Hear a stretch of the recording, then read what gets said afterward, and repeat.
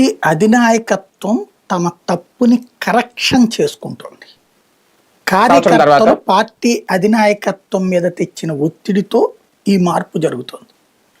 ఇప్పుడు వాస్తవంగా చెప్పాలంటే పార్టీ సొంత ఆలోచన కంటే కూడా సోషల్ మీడియాలో వాళ్ళ కార్యకర్తలు వాళ్ళని నిలదీస్తున్నప్పుడు వస్తున్న సమాధానమే కరెక్షన్స్ అనేకం. అందులో ప్రధానంగా ఏంటంటే పార్టీ అధికారంలోకి రాగానే చంద్రబాబు గారు ఏం చెప్పారు, అధికారం వచ్చింది, ఇంత భారీ పబ్లిక్ మెజార్టీ ఇచ్చారు, ఇంకా వైసీపీ వాళ్ళు ఎందుకు మనకి, వైసీపీ అనేటటువంటి వాళ్ళందరినీ సైకోలు అని చెప్పి ప్రజలు గుర్తించి మన కోట్లేసినప్పుడు వాళ్ళని మేము రానియము, ఎవరిని పొరపాటును కూడా చేర్చుకోము. ఇదే మాట పవన్ కళ్యాణ్ చెప్పుకొచ్చారు, చంద్రబాబు చెప్పుకొచ్చారు, లోకేష్ చెప్పుకొచ్చారు. ఇది చాలా క్లియర్గా స్టేట్మెంట్లు ఇచ్చారు. వైసీపీ వాళ్ళని ఎవరిని రానిచ్చే ప్రసక్తే లేదు అన్నట్టు. కానీ అధినాయకత్వాలే మాట తప్పినాయిగా.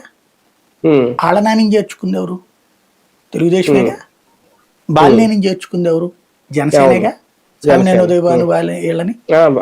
అట్లాగే తెలుగుదేశం అధినాయకత్వం కూడా కొంతమంది వైసీపీ వాళ్ళని చేర్చుకుంది కదా, చేర్చుకుంది. ఎంపీలుగా చేసినటువంటి వాళ్ళని చేర్చుకుంది. లావు కాదు ఇతను కదా మన బేదమస్తారావు రాజ్యసభ ఆయన లావు కూడా వైసీపీ నుంచి కదా. లావు లాంటి వాళ్ళు ఆఫ్టర్ ఎలక్షన్స్ ఎవరిని చేర్చుకునే ప్రసక్తి లేదని చెప్పి మోపిదేవి ఇది